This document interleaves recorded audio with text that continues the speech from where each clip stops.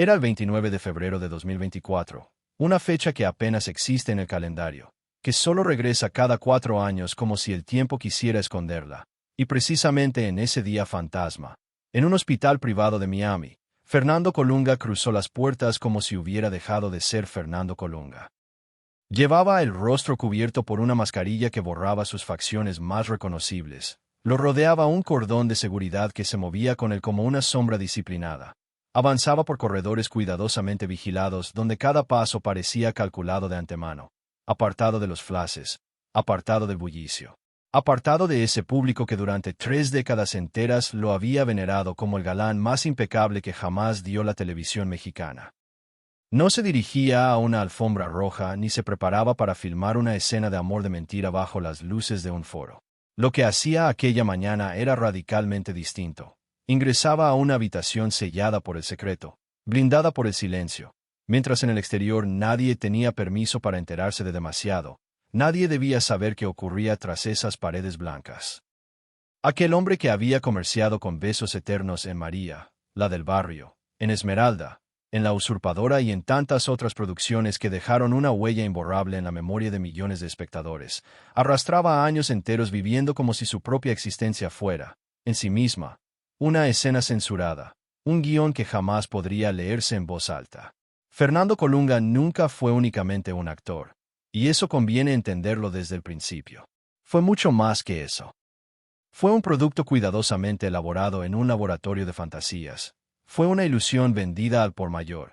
Fue un rostro diseñado a propósito para que las mujeres soñaran despiertas frente al televisor, para que Televisa hiciera caja noche tras noche, para que toda la maquinaria del entretenimiento conservara, sin un solo rasguño, la figura intachable del varón ideal.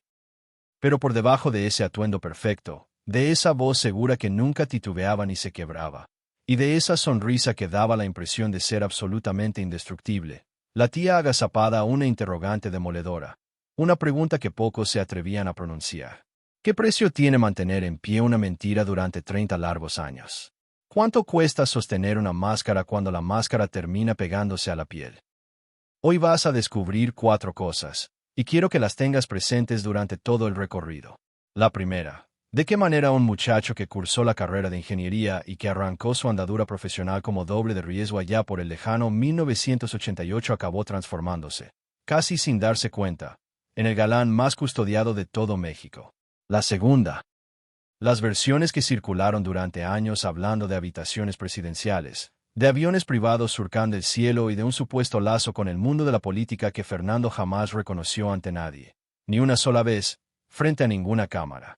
La tercera, aquel contrato que, según contaba con insistencia la prensa rosa, le depositaba 2 millones de pesos cada mes en la cuenta, pero que al mismo tiempo lo confinaba en una jaula de oro donde su imagen pública pesaba muchísimo más que su propia libertad personal. Y la cuarta, la escena más desgarradora de todas, la que duele incluso al contarla. El día en que la fama acumulada, las abultadas cuentas bancarias y el ejército de guardaespaldas fueron por completo incapaces de comprarle el derecho más elemental, el de despedirse de su propio padre. Te iré avisando conforme lleguemos a cada una de ellas, para que no te pierdas. Pero quédate desde ahora con esta frase grabada a fuego en la memoria.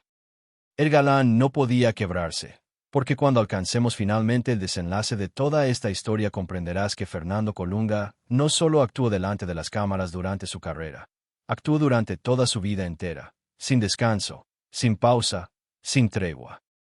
Todo arrancó mucho tiempo antes de los trajes inmaculados que después lucirían en 1000 portadas, mucho antes de los besos capturados meticulosamente por un lente, mucho antes de que millones de mujeres a lo largo y ancho de América Latina se convencieran hasta los huesos de que Fernando Colunga era ese hombre que en la realidad, sencillamente, no existía. Ciudad de México, 3 de marzo de 1966. En una vivienda ordenada, sobria, ajena por completo a los escándalos y a las estridencias, vino al mundo Fernando Colunga Olivares, hijo de un ingeniero civil que también respondía al nombre de Fernando Colunga y de una mujer llamada Margarita Olivares. No nació en un rancho perdido y olvidado de la mano de Dios. No nació en el seno de una familia hecha pedazos por la miseria y el hambre. No llegó al mundo cargando una desgracia visible escrita en la frente para que todos la leyeran. Y quizá precisamente por eso su historia resulta todavía más inquietante de lo que parece a primera vista, porque existen prisiones que no tienen ninguna apariencia de prisión, que no se reconocen como tales.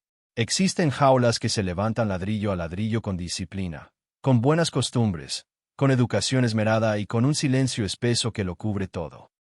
Fernando se crió siendo hijo único, resguardado, instruido con esmero, envuelto en una estabilidad familiar que aparentaba ser sencillamente impecable.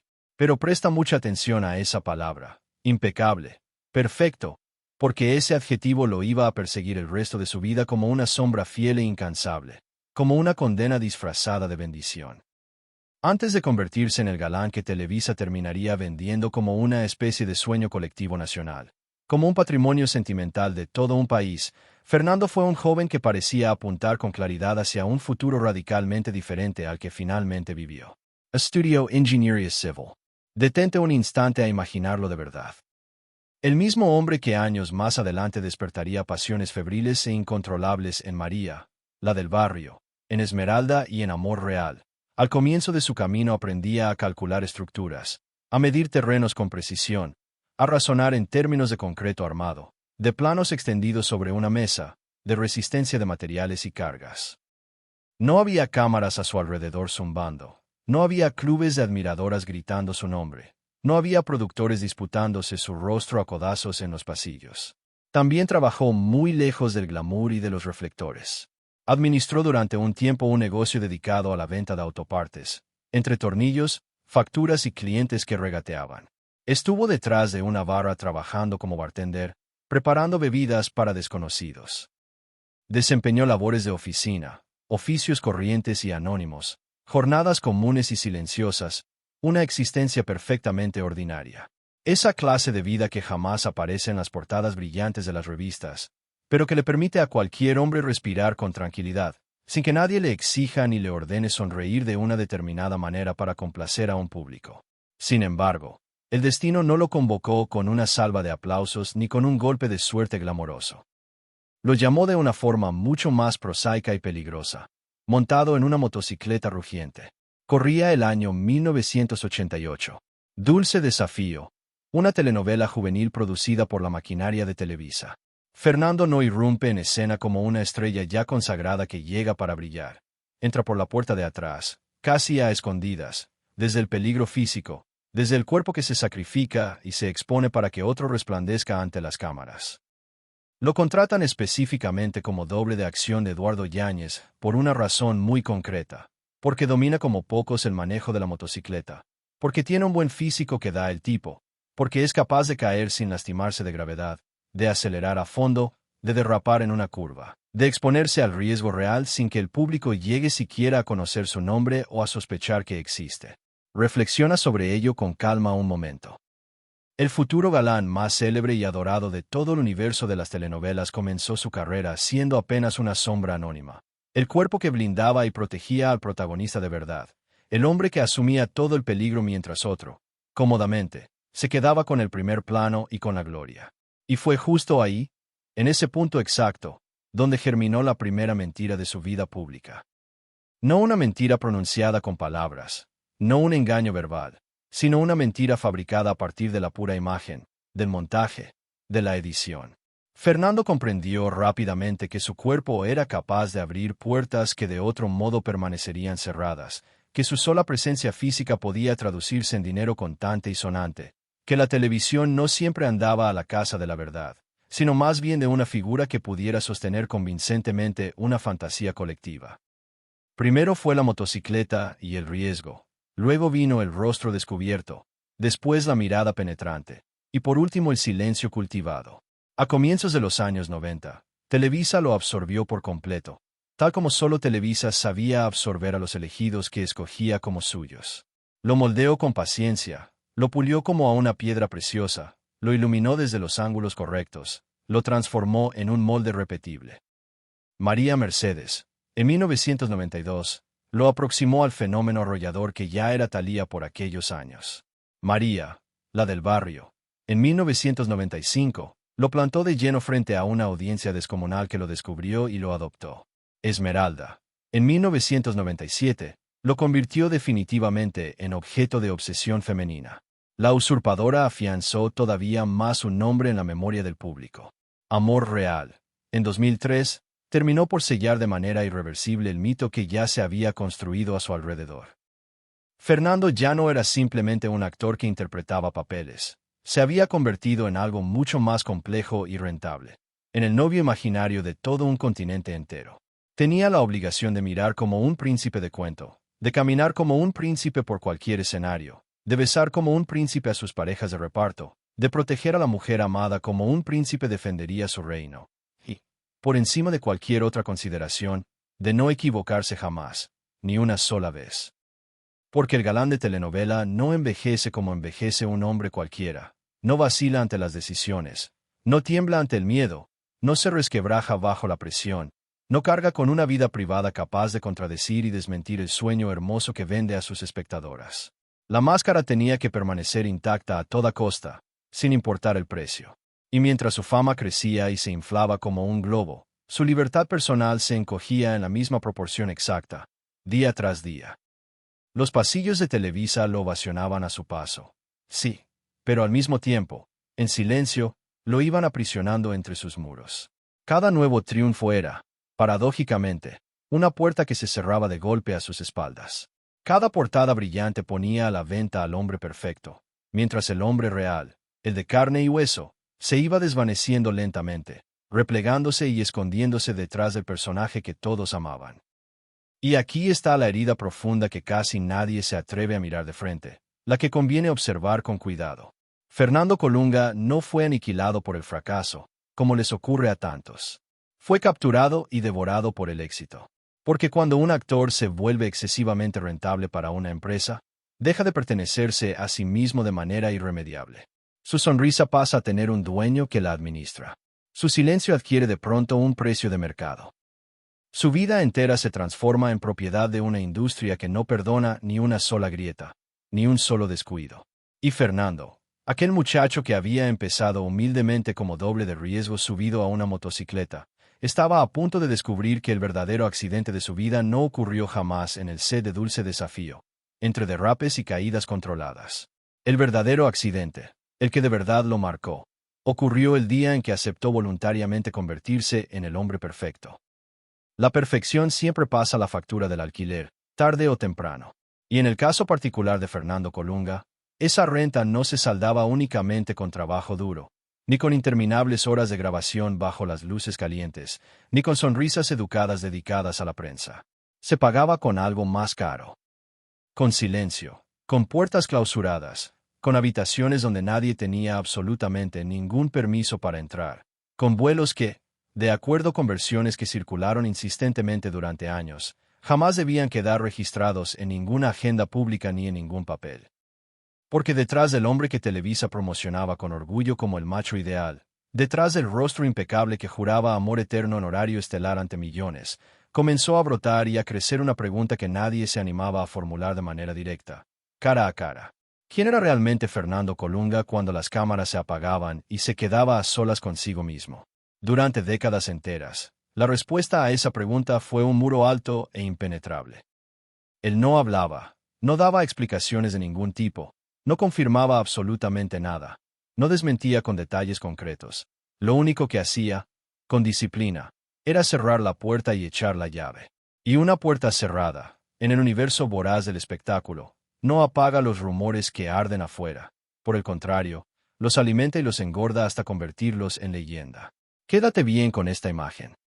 Mientras millones de mujeres lo contemplaban embelesadas besando a Thalía, a Leticia Calderón, a Adela Noriega, mientras el país entero lo imaginaba como ese hombre ideal que cualquier madre soñaría para su hija, en los corredores oscuros de la farándula empezaban a deslizarse otras historias muy distintas. Historias incómodas que nadie quería oír del todo. Historias que no provenían de un set de televisión iluminado, sino de un terreno mucho más resbaladizo y peligroso, la política. Según versiones periodísticas que en su momento sacudieron de raíz al mundo del espectáculo mexicano, el nombre de Fernando Colunga quedó vinculado, atado, con el de Rafael Moreno Valle, exgobernador del estado de Puebla, un hombre de auténtico poder, de ambición desmedida y de sólida y temida estructura política. Colunga nunca lo confirmó en público. Conviene repetirlo. Nunca hubo de su parte una confesión abierta frente a un micrófono o una cámara encendida. Pero la versión corrió de todos modos, como corren siempre las cosas que nadie quiere tocar con las manos desnudas. En voz bajita, casi en susurros, saltando de programa en programa, de redacción en redacción, de boca en boca por los pasillos. Y es justo aquí donde la trama se torna verdaderamente perturbadora y se espesa. No se hablaba de una simple amistad entre dos personas conocidas. Se hablaba, según esos relatos persistentes, de una relación blindada por todo un sistema sofisticado de lujo extremo y de discreción absoluta.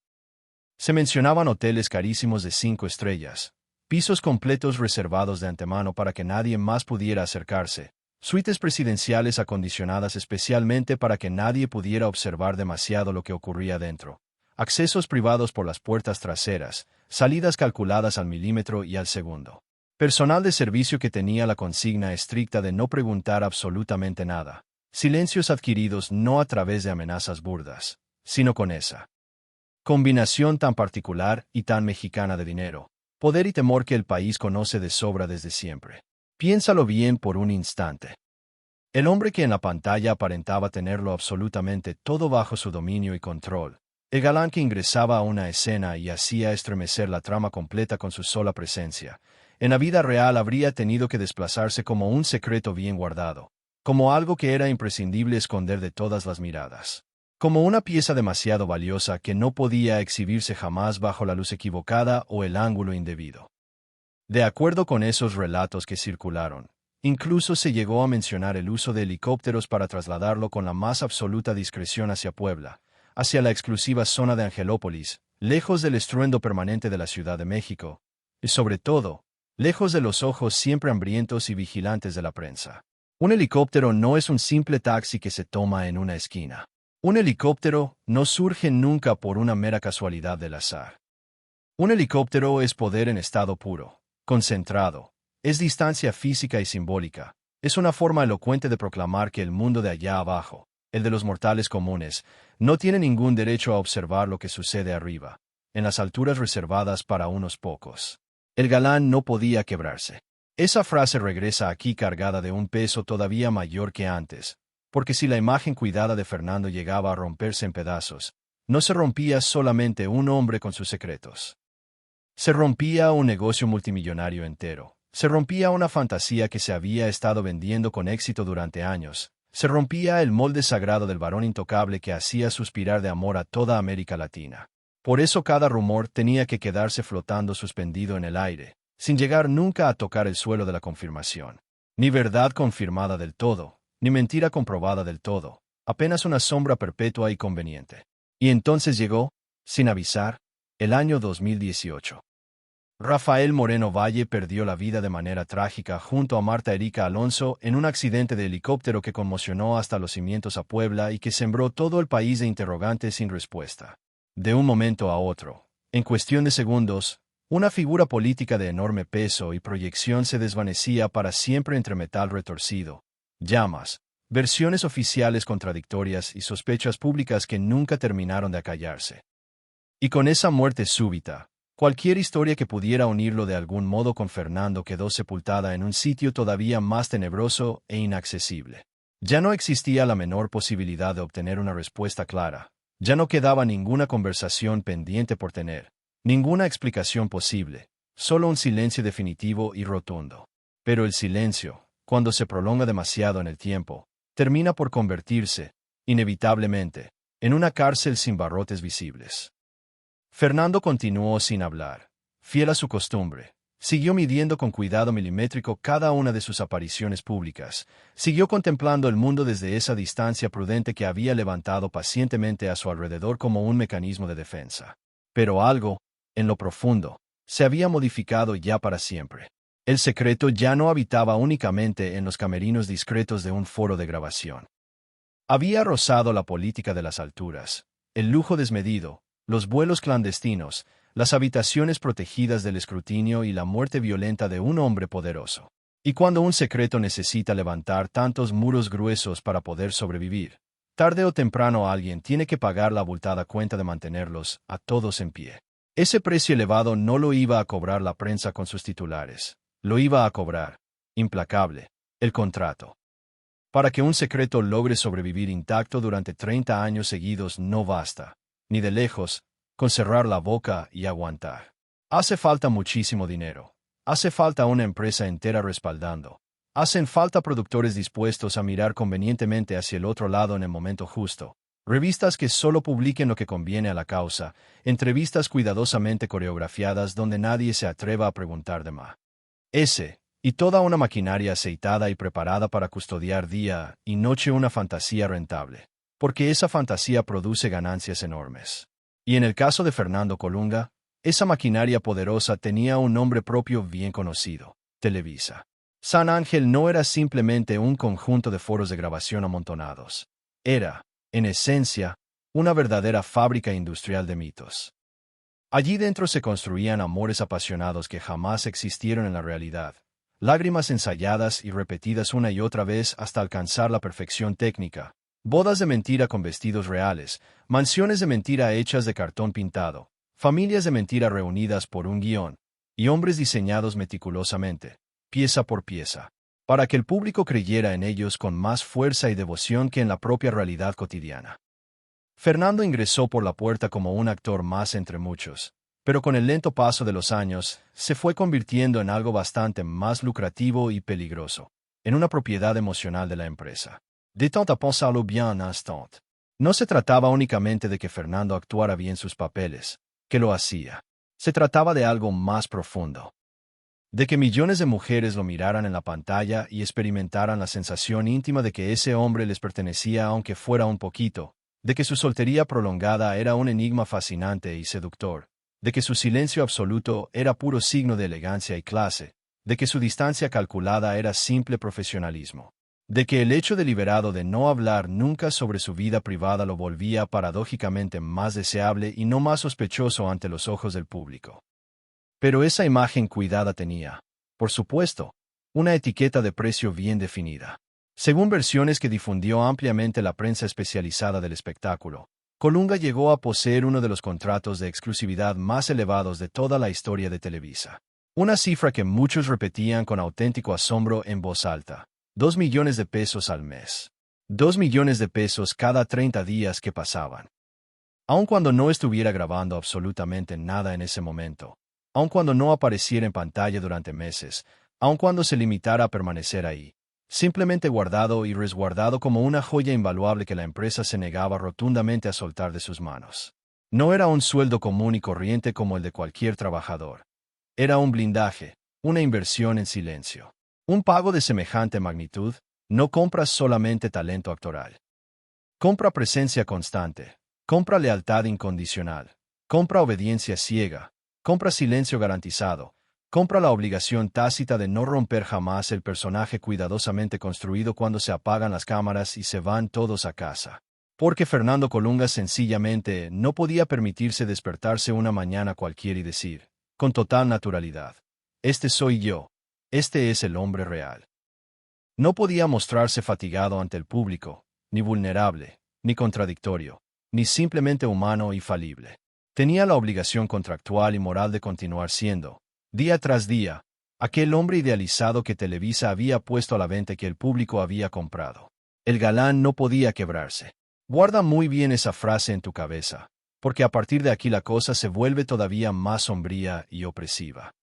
Mientras otros actores de la empresa tenían la libertad relativa de entrar y salir de relaciones públicas, de fracasar y reinventarse, de divorciarse abiertamente, de pelearse con quien fuera, de envejecer con naturalidad o de cambiar de registro por completo, Fernando estaba condenado a permanecer eternamente congelado.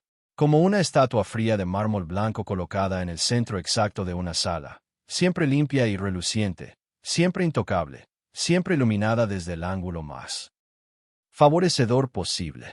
Y fue entonces cuando emergió a la superficie la otra cláusula del contrato, esa que no siempre se redacta con tinta negra sobre el papel oficial.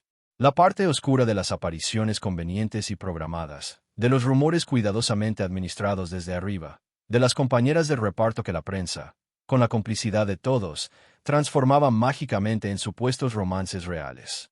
Talía durante los intensos años de María, la del barrio.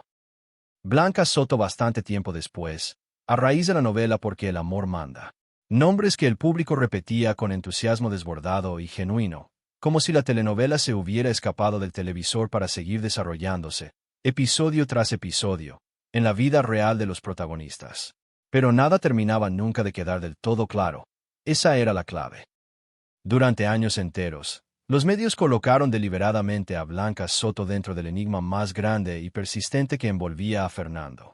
Fotografías sugerentes captadas a distancia, preguntas incisivas que él esquivaba con maestría de esgrimista, frases deliberadamente ambiguas que no negaban ni afirmaban, silencios estratégicos colocados en el momento justo. Nadie decía nunca lo suficiente, nadie negaba nunca lo bastante. Y esa zona gris perpetua resultaba sencillamente perfecta para los intereses comerciales de la industria. Porque mientras el público se entretenía debatiendo apasionadamente si había amor de verdad entre ellos, si existía realmente un romance secreto, si se ocultaba una pareja escondida del mundo, el verdadero negocio de fondo seguía marchando viento en popa, sin un solo rasguño en la carrocería. El galán continuaba siendo deseable e inalcanzable. Según algunas versiones que circularon por la farándula, incluso se llegó a hablar abiertamente de relaciones utilizadas estratégicamente como pantalla, como cortina, para sofocar y apagar rumores bastante más incómodos y peligrosos. Pero atención muy especial con esto. Eso nunca jamás fue confirmado públicamente por Fernando Colunga, ni una sola vez, y ahí radica precisamente el veneno corrosivo de toda esta historia. No importa demasiado, al final, si la versión que circulaba era verdadera o falsa en su origen. Lo verdaderamente relevante y revelador es que la maquinaria necesitaba imperiosamente que existiera una cortina de humo bien tupida, una historia alternativa creíble, una imagen presentable para el público, una respuesta bonita y tranquilizadora para una pregunta incómoda y peligrosa. Porque Televisa no estaba protegiendo únicamente a Fernando como persona. Estaba protegiendo, ante todo, una inversión millonaria. Cada novela vendida y exportada al extranjero, cada retransmisión en horario nocturno, cada portada de revista, cada entrevista concedida, cada beso apasionado capturado por la cámara, cada lágrima iluminada a la perfección por los técnicos, todo ello dependía por completo de un único factor: de que el público de medio mundo siguiera creyendo ciegamente en el mismo hombre de siempre. Un hombre fuerte y protector, decente y honorable, romántico hasta la médula, disponible eternamente para alimentar el sueño colectivo, pero a la vez completamente inaccesible e impenetrable cuando se trataba de averiguar la verdad. Y aquí llega lo más cruel y lo más humano de todo el asunto. Fernando también suscribió ese pacto fáustico con plena conciencia, y no como un niño ingenuo al que engañan con facilidad, no como alguien que no entendía en absoluto lo que estaba sucediendo a su alrededor. Lo aceptó porque ese pacto, a cambio, le otorgaba poder real, le otorgaba muchísimo dinero, le otorgaba esa distancia protectora que tanto necesitaba, le otorgaba mansiones lujosas, seguridad permanente, control sobre su entorno, respeto profesional, un asiento reservado en lo más alto de la cima. Pero al mismo tiempo, sin que se notara, le arrebataba algo que después no se recupera con facilidad ni con dinero: el derecho elemental a vivir sin tener que actuar permanentemente. La jaula estaba tapizada por dentro de billetes de alta denominación. Vista desde afuera, desde la calle, parecía el éxito rotundo en su máxima y más envidiable expresión. Pero vivida desde adentro, desde el encierro, era apenas una habitación sin una sola ventana al exterior. Cada mes llegaba puntual y generoso el dinero a la cuenta. Sí, pero junto a él llegaba inseparable la exigencia invisible y constante de seguir guardando silencio sobre todo. Cada ovación del público confirmaba en voz alta su grandeza indiscutible, pero al mismo tiempo, en secreto, apretaba un poco más la soga alrededor de su cuello. Cada portada nueva lo volvía más famoso ante el mundo, en idéntica medida exacta, menos libre por dentro. Y por todo eso aquel contrato resultaba tan profundamente repugnante en el fondo. No por la cantidad astronómica de dinero, no por la cadena interminable de ceros, no por el lujo desbordante que implicaba, sino porque convirtió a un ser humano completo en una marca registrada comercial, y a su vida privada e íntima en un territorio prohibido y vallado. Lo hizo rico, es cierto, y nadie lo niega. Lo hizo intocable e invulnerable, también, pero a cambio lo obligó a pagar entregando, poco a poco, pedazos enteros de su propia identidad personal. Durante años y años, Fernando caminó dentro de esa vitrina de cristal sin atreverse jamás a romper el grueso vidrio que lo separaba del mundo real. Pero ninguna empresa, por poderosa que sea, protege para siempre a un rey cuando ese rey, envalentonado, deja de obedecer las órdenes. Y en 2017, en el interior mismo de los pasillos venerados de San Ángel, aquel pacto dorado y antiguo empezó silenciosamente a pudrirse desde dentro. El contrato que durante tanto tiempo había comprado su silencio cómplice estaba a punto de transformarse, en una vuelta cruel del destino, en la sentencia que terminaría expulsándolo del trono que creía suyo. San Ángel. Los corredores históricos de Televisa ya no olían a gloria perfumada como antes. Ahora olían más bien a ajuste de cuentas pendiente. Durante muchos años, Fernando Colunga había recorrido aquellos foros con el porte inconfundible de un monarca consagrado. Los técnicos bajaban respetuosamente la voz cuando él pasaba cerca de ellos. Los productores aguardaban con paciencia infinita su respuesta a cualquier propuesta. Las actrices se acoplaban dócilmente al ritmo y al humor de su misterio. La empresa entera lo cuidaba como a un tesoro, lo blindaba de toda crítica, lo sostenía en lo más alto porque su rostro todavía se traducía directamente en billetes contantes. Pero ningún trono, por sólido que parezca, permanece eternamente firme cuando el rey que lo ocupa empieza a convencerse de que la corona le pertenece a él por derecho propio y no a quien realmente la fabricó con sus manos. Ese año fatídico, el productor Eduardo Mesa preparaba con ilusión una nueva telenovela bautizada como Papá, a toda madre. Una historia mucho más ligera en su tono, más coral en su reparto, más próxima al género de la comedia familiar amable. No era Amor Real, con su drama de época. No era Alborada, con su grandeza histórica. No era el gran melodrama clásico donde Fernando podía irrumpir con su característica mirada de tormenta y conseguir, sin esfuerzo, que absolutamente todo girara obedientemente en torno suyo. Era otro tipo de televisión diferente, otra época distinta, otro mercado por completo. Y fue justo ahí, en ese desencuentro de épocas, donde estalló el choque inevitable. Según versiones de la prensa especializada, el papel protagónico llegó primero a manos de Fernando, como correspondía a su rango. La empresa lo quería a él en el proyecto. El proyecto entero lo esperaba con expectación. Pero Fernando, esta vez, no reaccionó como solía hacerlo en sus mejores años de antaño. Ignoró deliberadamente las llamadas insistentes, demoró una y otra vez sus respuestas, dejó intencionadamente que los productores cargaran sobre sus hombros con el peso incómodo de su ausencia y su silencio. Porque cuando un hombre ha pasado 3 décadas completas siendo tratado por todos como un ser intocable y especial, llega fatalmente a un punto en que confunde el silencio con poder, la ausencia con influencia. Pero Televisa, la vieja empresa, también dominaba a la perfección el difícil arte de guardar silencio cuando convenía. Cuando por fin Fernando se sentó a conversar cara a cara con Eduardo Mesa, el ambiente en la sala ya venía cargado de electricidad estática y tensión contenida. No era una simple charla amistosa entre un actor y un productor que se conocían. Era, en realidad, una medición de fuerzas en toda regla, un pulso. Fernando, según esas mismas versiones, no estaba en absoluto dispuesto a integrarse a una historia coral donde tuviera que compartir demasiado protagonismo y demasiado espacio con otros actores del reparto, entre ellos el conocido Raúl Araiza. No quería de ninguna manera que su imagen cuidada se diluyera y se perdiera en medio de un elenco numeroso y democrático. No quería ser uno más dentro de una maquinaria que ya no estaba diseñada exclusivamente para rendirle pleitesía a él solo. Detente a pensarlo bien un momento, porque la ironía es brutal. El mismo hombre que durante años enteros fue comercializado por la propia empresa como el centro absoluto e indiscutible del deseo femenino, ahora escuchaba con incredulidad que debía sumarse humildemente a un equipo de trabajo, como uno más.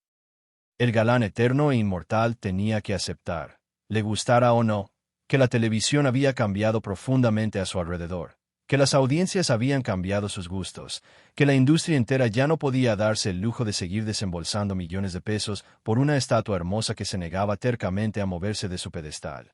Entonces, ante la falta de acuerdo, lo llevaron a una instancia superior, ante Rossi Ocampo.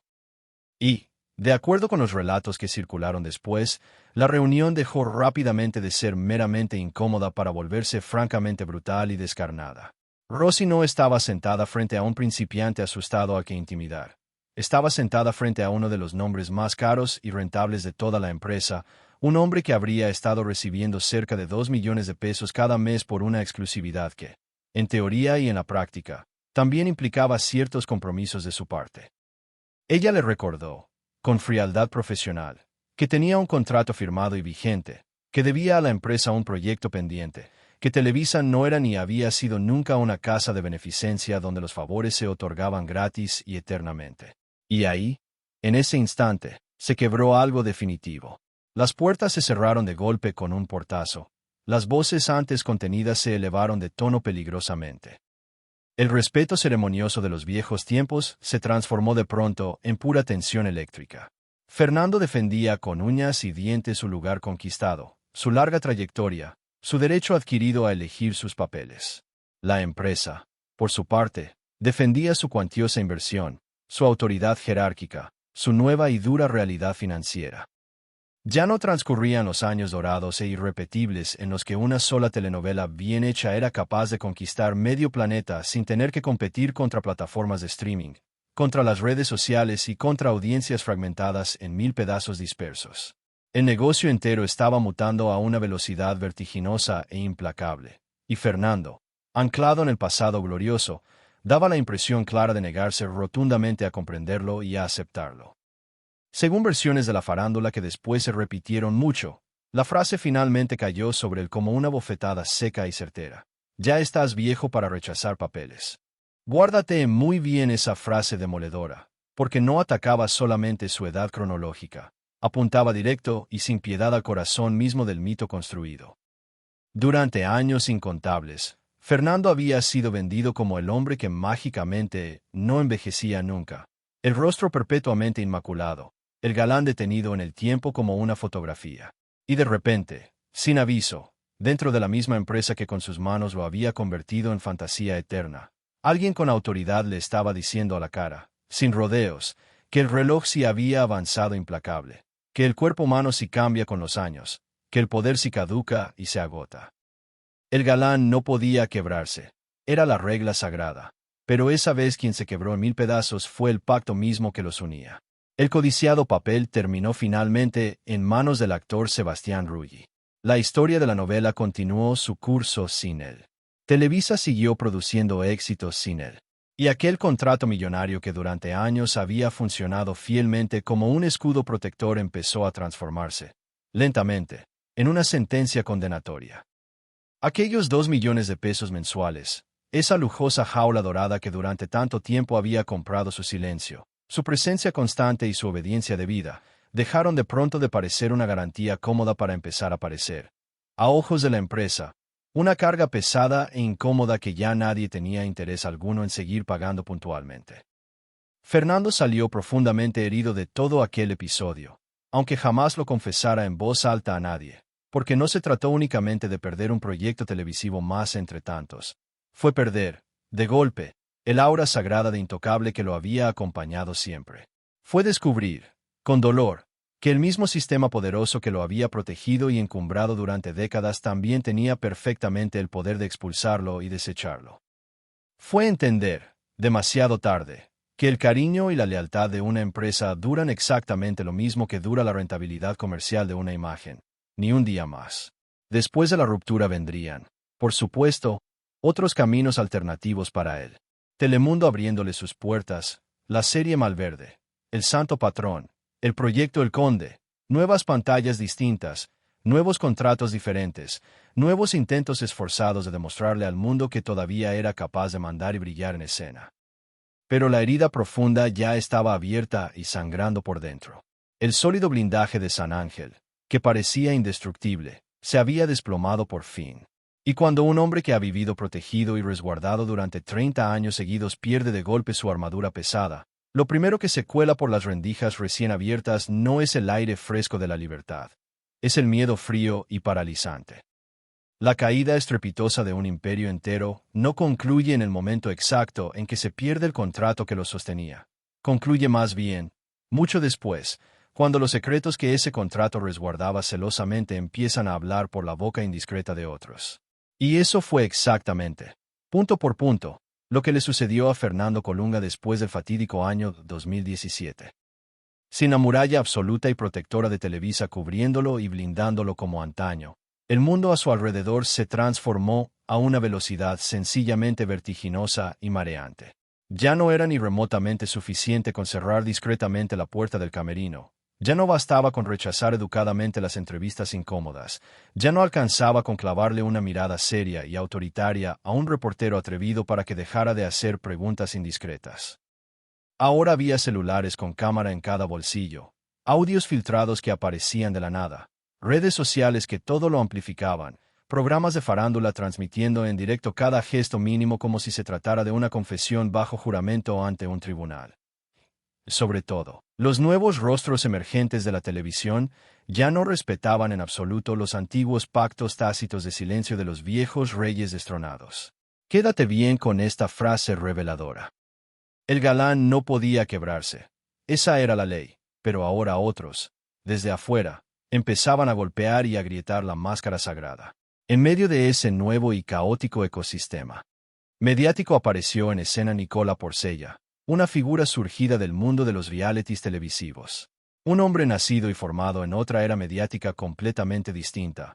Esa nueva era donde la intimidad ajena se comenta sin el menor pudor ni vergüenza, se graba con descaro, se filtra a conveniencia, se vuelve tendencia viral durante un par de días intensos y luego se olvida sin más, como si no hubiera destruido absolutamente nada ni a nadie a su paso. Según versiones difundidas por diversos programas de espectáculos, un audio que se le atribuía directamente a él terminó circulando y propagándose con una velocidad brutal e imparable. En ese audio comprometedor se hablaba de Fernando Colunga por su nombre, se mencionaba con detalle su éxito profesional, se citaban cifras concretas de dinero y también, lo más delicado, se insinuaban abiertamente aspectos privados de su vida íntima que Colunga jamás, en toda su carrera, había confirmado ante nadie en público. Atención muy especial con esto, porque es importante. No importa solamente, al final, lo que concretamente se dijo en ese audio. Importa muchísimo más el lugar simbólico desde el cual se dijo. Porque durante 30 años completos los rumores persistentes que rodeaban a Fernando habían vivido confinados en los pasillos discretos, en las páginas de las revistas, en los camerinos cerrados, en las columnas firmadas de farándula, en las conversaciones a media voz entre conocidos. Pero un audio filtrado y viralizado modifica por completo la naturaleza misma del veneno. Lo arranca de golpe del susurro discreto y lo convierte, sin anestesia, en puro espectáculo masivo y público. Nicola, ante el revuelo, intentó defenderse torpemente más tarde. Aseguró ante las cámaras que el material había sido sacado maliciosamente de contexto, que él en realidad no había empleado ciertas palabras concretas, que respetaba profundamente tanto a Fernando como persona como a su familia. Pero cuando una frase ya cruzó la frontera de Internet y se hizo viral, la aclaración posterior llega siempre, fatalmente, demasiado tarde. Llega agotada, sin fuerzas. Llega cuando el daño irreparable ya encontró acomodo cómodo y echó raíces profundas en la mente del público que la escuchó. Y entonces, como un eco que rebota, apareció otra voz más. Zanik Berman, dentro del ruido permanente y ensordecedor de la televisión de realities, también soltó al aire comentarios y gestos sugerentes que muchos espectadores interpretaron de inmediato como nuevas insinuaciones veladas acerca de la vida de Colunga.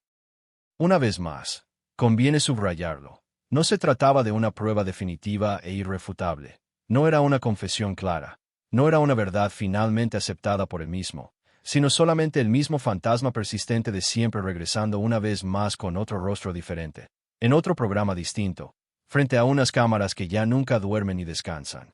Piénsalo bien un instant. El hombre que durante décadas enteras fue presentado y vendido como la fantasía masculina perfecta e inalcanzable, ahora contemplaba impotente cómo su propio nombre era utilizado libremente por otros para generar conversación, rating televisivo, polémica jugosa. Ya no controlaba en absoluto el relato sobre su persona, ya no estaba resguardado por el grueso cristal protector de San Ángel. Ahora cualquier voz, por pequeña que fuera, podía manosear su secreto guardado y convertirlo, sin permiso, en mercancía barata de saldo. Y justo en el momento exacto en que esa presión mediática asfixiante volvía a inflarse y crecer, llegó a su vida la escena más profundamente contradictoria de toda su existencia. Miami, 29 de febrero de 2024. Otra vez esa fecha. Mientras afuera, en el mundo, todos continuaban especulando sin descanso sobre su vida. Fernando Colunga ingresó discretamente al hospital HCA Florida Mercy acompañado de Blanca Soto. Según los reportes posteriores de la prensa, no entró como entraría un padre libre y dichoso, emocionado hasta las lágrimas, dispuesto a gritarle al mundo entero que su vida estaba dando por fin un giro hermoso. Entró, por el contrario, completamente cubierto, protegido por todos lados, vigilado de cerca, rodeado de un dispositivo de seguridad, con accesos estrictamente controlados, con la discreción extrema y enfermiza propia de quien no solo aguarda con ilusión la llegada de un hijo deseado, sino que teme, en el fondo, que esa felicidad frágil le sea fotografiada y robada antes incluso de poder vivirla plenamente en privado. Ahí, exactamente ahí, reside la verdadera tragedia silenciosa. Un nacimiento, por naturaleza, tendría que abrir ventanas de par en par a la vida. El suyo, en cambio, dio la triste impresión de clausurar puertas y echar cerrojos. Según esas mismas versiones reportadas, el personal médico del hospital trabajó todo el tiempo bajo la más estricta y vigilada reserva. Se habló después de acuerdos de confidencialidad firmados por todos, de movimientos sigilosos por los pasillos, de corredores custodiados por personal, de una habitación especial donde la alegría natural del momento debía respirar en voz muy baja para no delatarse al exterior. Fernando, el mismo hombre que había besado apasionadamente delante de millones de espectadores en todo el mundo, ahora intentaba desesperadamente blindar y proteger el instante más puramente humano de toda su existencia de cualquier mirada ajena e indiscreta. El 1 de marzo, un niño habría nacido finalmente por cesárea, pequeño, frágil, perfectamente real y vivo. En algunos reportes de prensa se mencionaba un peso de 2.200 kilogramos y una talla de 43 centímetros. Un cuerpecito diminuto e indefenso entrando al mundo cargando ya sobre sus hombros minúsculos el peso gigantesco y aplastante de 30 años de silencio acumulado. Y Fernando, según se contó después, lloró abiertamente al cortar con sus propias manos el cordón umbilical de su hijo. Esa imagen poderosa lo transforma absolutamente todo, porque por primera vez en mucho tiempo, detrás del galán de cartón, asoma tímidamente un hombre de verdad. No el héroe invencible de telenovela, no el rostro perfecto y fabricado, no el producto comercial blindado a base de contratos millonarios, sino sencillamente un hombre ya mayor, con miedo real en el cuerpo, con emoción genuina a flor de piel, sosteniendo entre sus brazos temblorosos un futuro que ya no era capaz de controlar mediante abogados, productores poderosos ni comunicados de prensa cuidados. Pero incluso esa felicidad tan esperada nació envuelta y rodeada de sombra y temor, porque el niño recién llegado no llegaba simplemente a una familia normal y corriente, llegaba a una historia compleja, a una vida ya marcada profundamente por secretos enterrados, rumores persistentes, contratos abusivos, huidas constantes, habitaciones cerradas y versiones nunca aclaradas del todo. Llegaba directo al centro mismo de una guerra silenciosa y agotadora librada cada día entre el deseo legítimo de vivir en libertad y la vieja costumbre arraigada de esconderse del mundo. El galán no podía quebrarse. Pero un hijo, conviene recordarlo, no hereda únicamente los ojos o la sonrisa de su padre. También puede heredar, sin quererlo, sus miedos más profundos. Y mientras Fernando se esforzaba con todas sus fuerzas por proteger esa nueva y frágil vida detrás de la discreción más absoluta posible, otra herida distinta lo aguardaba agazapada y paciente en el pasado. Una herida mucho más antigua que la nueva, más íntima y personal, más cruel en su naturaleza, porque antes de poder aprender a ser padre sin miedo, primero tenía que enfrentarse cara a cara con la pérdida irreparable del suyo propio. La factura más despiadada y dolorosa de toda su vida no llegó nunca en un foro de grabación bajo las luces. No llegó tampoco en una fría oficina de Televisa. No llegó con un contrato roto sobre la mesa, ni con un audio comprometedor filtrado a la prensa. Llegó, inesperada, en una sencilla habitación de hospital, lejos de todos los reflectores, lejos de las escenas ensayadas de amor, lejos de ese mundo controlado donde Fernando Colunga siempre, sin excepción, parecía tener firmemente las riendas en sus manos. Porque, hay que decirlo, existen dolores tan profundos que sencillamente no se pueden actuar ni fingir. A comienzos del año 2019, Según reportes que difundió en su momento la prensa, el ingeniero Fernando Colunga, el padre del famoso actor, recibió un diagnóstico médico que empezó a apagarlo lentamente, día tras día. Cáncer de colon. No fue, por desgracia, una tragedia repentina que estallara de golpe. Fue algo bastante peor y más cruel en su lentitud. Fue una larga cuenta regresiva hacia el final. Consultas médicas interminables, estudios y análisis, tratamientos agresivos, viajes constantes y agotadores entre Florida y la Ciudad de México. Días buenos esporádicos que parecían traer esperanza renovada. Días malos frecuentes que parecían anunciar la despedida final. Medicamentos fuertes con efectos secundarios, cansancio acumulado, silencios cada vez más largos y pesados. Y al lado fiel de él, siempre, Margarita, la madre de Fernando, sosteniendo con entereza todo aquello que todavía podía sostenerse en pie. Piénsalo con calma un momento. El hombre que le había dado generosamente el apellido al galán más célebre y adorado de la historia de las telenovelas mexicanas no estaba ahora rodeado de cámaras ni de luces. No tenía música dramática sonando de fondo para acompañar su sufrimiento. No contaba con una escena cuidadosamente escrita a propósito para hacerlo eterno e inmortal en la pantalla. Solo tenía, en la cruda realidad, un cuerpo enfermo y agotado, una esposa fiel resistiendo a su lado y una familia entera tratando desesperadamente de aferrarse a la frágil creencia de que aún quedaba algo de tiempo por delante. Pero el tiempo, cuando finalmente toma la decisión inapelable de cerrarse, no negocia jamás con nadie, ni por dinero ni por amor. En 2020, el mundo conocido se detuvo bruscamente en seco. La pandemia global transformó los aeropuertos bulliciosos en pasillos desiertos y fantasmales, las fronteras abiertas en muros invisibles e infranqueables, y los hospitales en lugares peligrosos donde el amor de los familiares ya no siempre tenía permiso para entrar y acompañar. México y Estados Unidos, como el resto del planeta, se inundaron por completo de miedo e incertidumbre. Los vuelos se cancelaban sin previo aviso, las reglas sanitarias cambiaban drásticamente cada semana que pasaba. La enfermedad implacable no aguardaba pacientemente a que las familias divididas lograran organizarse y reunirse. Según las versiones publicadas después, el padre de Fernando viajó solo a la Ciudad de México para continuar allí su tratamiento médico, completamente solo, con el cuerpo ya gastado y vencido por años de enfermedad, cargando con esa dignidad silenciosa y conmovedora propia de los hombres de su generación que se niegan rotundamente a convertirse en una carga para sus seres queridos. Tal vez pensó, con optimismo, que regresaría pronto.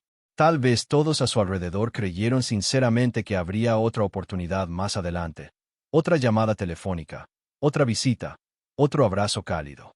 No la hubo. Nunca llegó. El galán no podía quebrarse. Era la regla de oro de su vida, pero el hijo que había dentro de él sí podía hacerlo. Y lo hizo.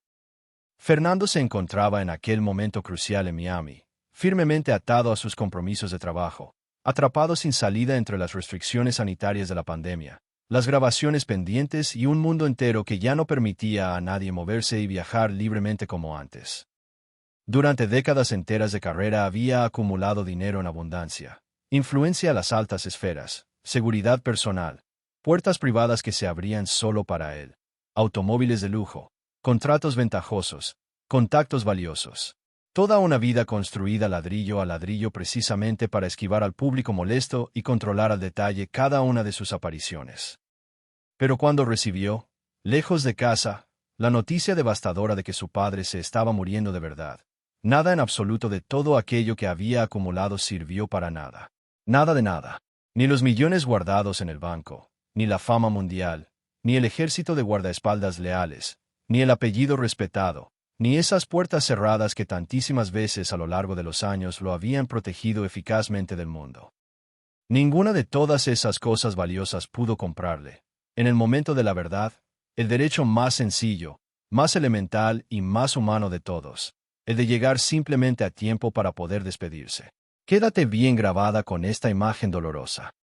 Fernando Colunga, el mismo hombre que tantísimas veces había llorado lágrimas falsas en pantalla por amores imposibles y dramáticos, enfrentándose ahora, sin ensayo previo, a un dolor verdadero y real, sin cámaras encendidas alrededor que lo registraran, sin un director paciente que gritara la palabra «corte» para terminar la escena. Su padre murió finalmente en México mientras él permanecía lejos, atrapado en otro país, y debido a las estrictas condiciones sanitarias de aquel momento crítico de la pandemia, el cuerpo del difunto tuvo que ser cremado con rapidez, casi de inmediato, sin las ceremonias debidas. Entonces ocurrió la escena más dura, fría y desgarradora de toda esta larga historia. Los restos mortales de su querido padre no llegaron, como habría sido natural, en los brazos amorosos de Fernando. No llegaron después de una despedida íntima y serena entre padre e hijo. No llegaron después de una ceremonia digna rodeada de toda la familia reunida. Según los reportes que circularon, fueron sus propios escoltas contratados, quienes tuvieron que ayudar materialmente a recibir y a trasladar las cenizas del padre.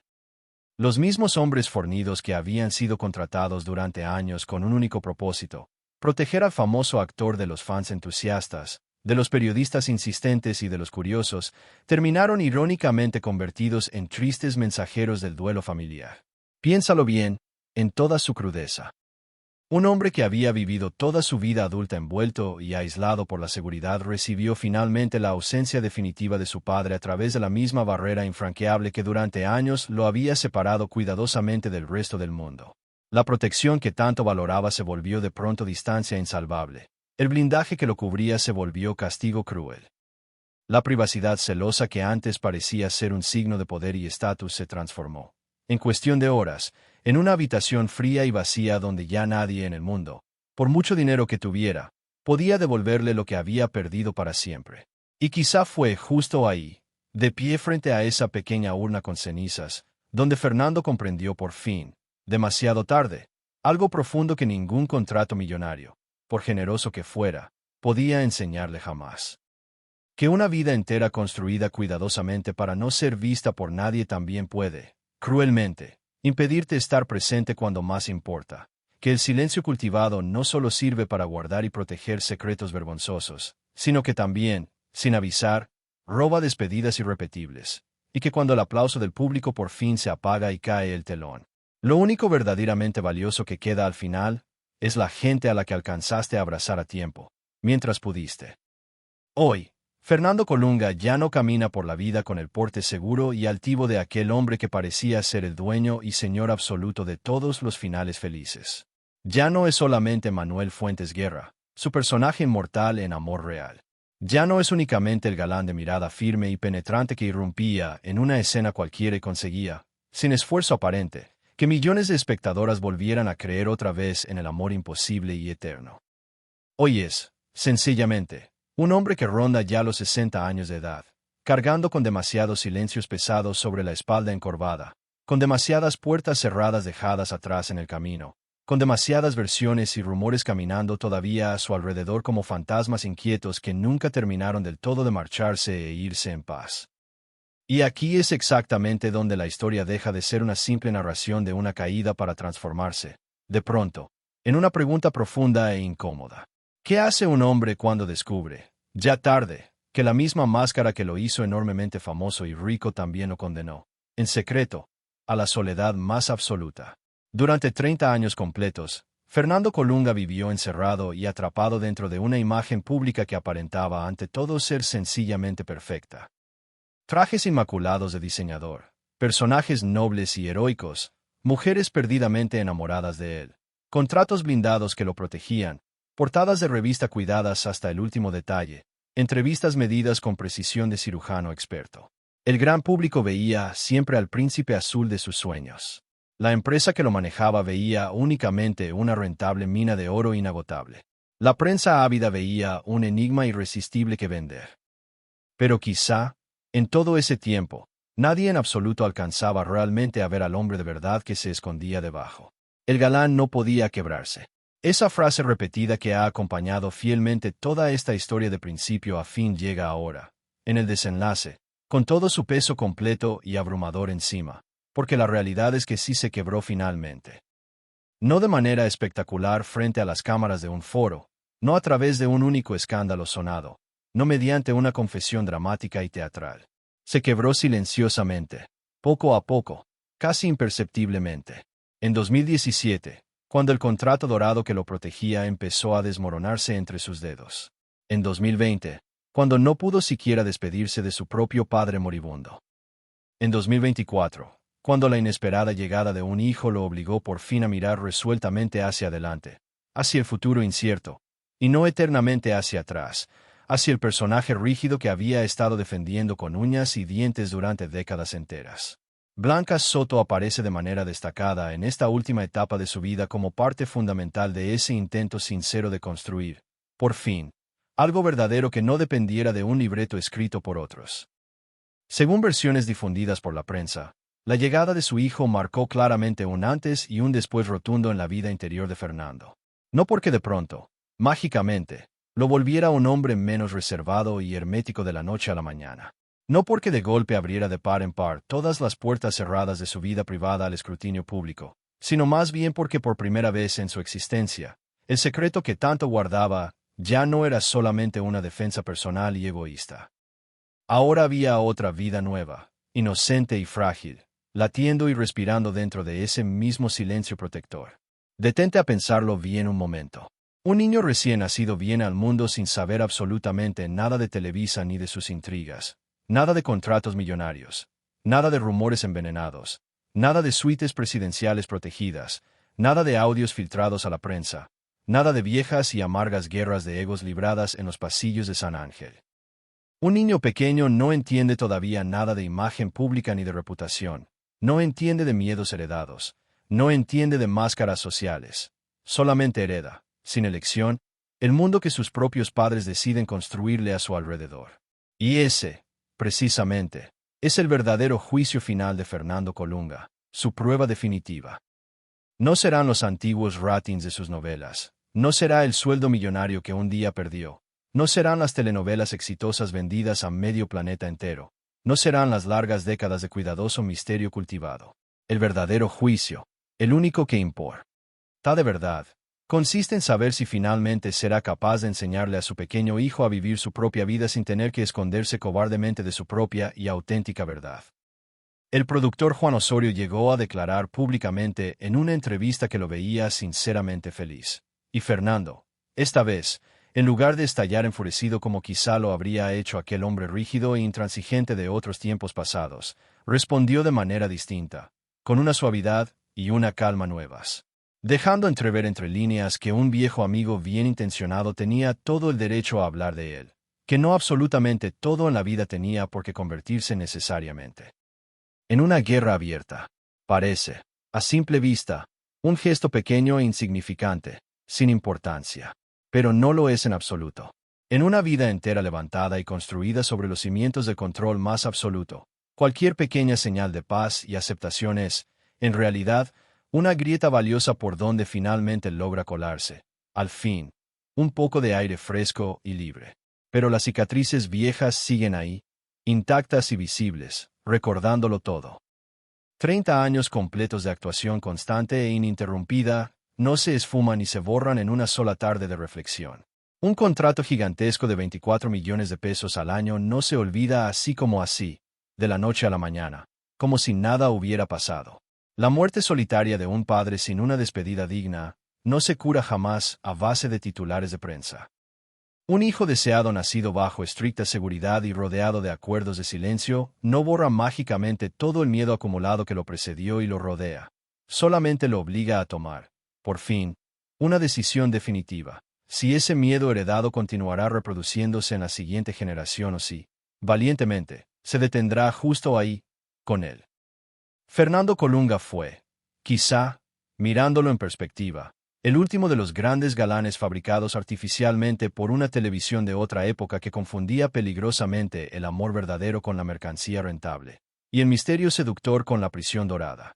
Le concedieron generosamente fama mundial, fortuna cuantiosa, poder e influencia, y una eternidad entera de aplausos repetidos hasta el cansancio. Pero, a cambio de todo eso, le cobraron en secreto algo mucho más caro e irrecuperable. Le cobraron el derecho humano a equivocarse en público sin consecuencias, el derecho a amar abiertamente sin tener que dar explicaciones a nadie, el derecho a envejecer con naturalidad y dignidad sin necesidad de defenderse, y el derecho a llorar sus penas reales sin tener que esconderse detrás de un personaje de ficción. Al final del largo camino, la vida, esa jueza implacable, No le preguntó nunca cuántas telenovelas había protagonizado a lo largo de su carrera ni cuántos premios había ganado. Le preguntó, simplemente, una sola cosa: ¿quién era él realmente, en lo más profundo, cuando nadie en absoluto lo estaba mirando ni juzgando? Y tal vez, pensándolo bien, esa sea la tragedia más honda y conmovedora de toda esta historia. Que Fernando Colunga se pasó media vida entera, sus mejores años, interpretando con maestría al hombre perfecto que todos querían ver, cuando lo único que él verdaderamente necesitaba, en el fondo de su corazón, era simplemente un permiso, una autorización, para poder ser, por fin, sencillamente un hombre real, imperfecto y libre.